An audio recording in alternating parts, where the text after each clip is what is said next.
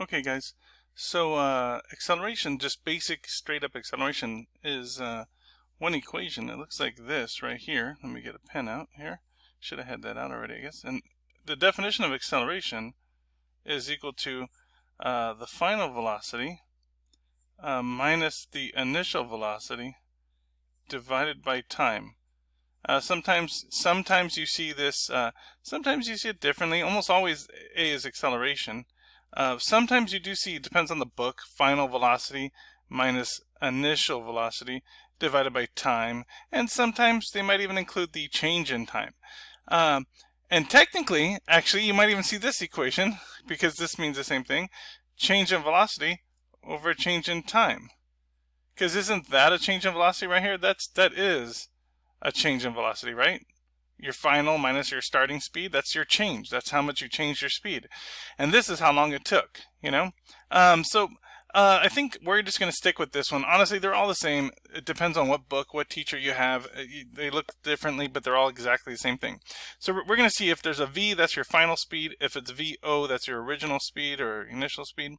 And this is T, that's just a time change. I'm not going to just make it longer just to put that. It makes you feel smarter when you put the little triangles in front of it, though.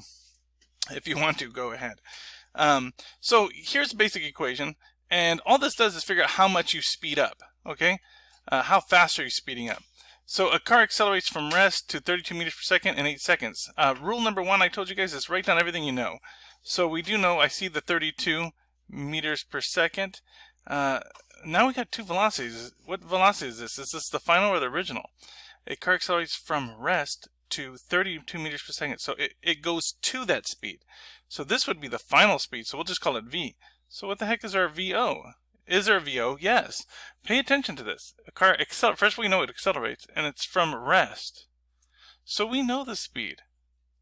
So if you see something that ends up at a final speed, it stops. So if they say, hey, it accelerates, slows down until it stops, then we know the final speed is 0.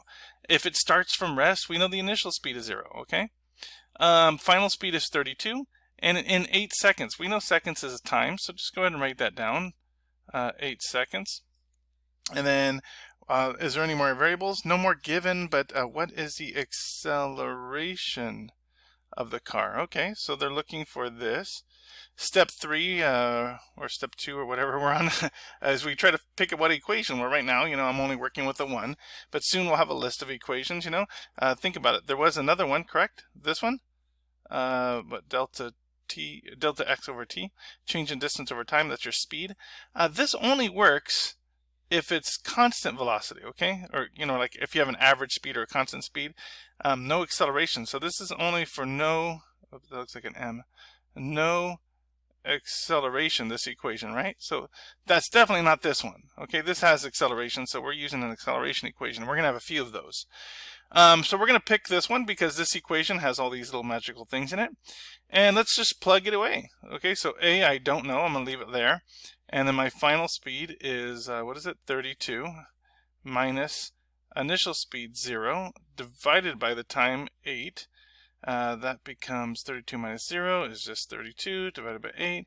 32 divided by 8 is 4. So then the answer is 4. A is 4. For what? What is this unit here? Well, the top is going to end up in meters per second, because remember, it's all meters per second up there, and you're just subtracting them. So you're going to have a meter per second. But the bottom is seconds, so it's meter per second per second.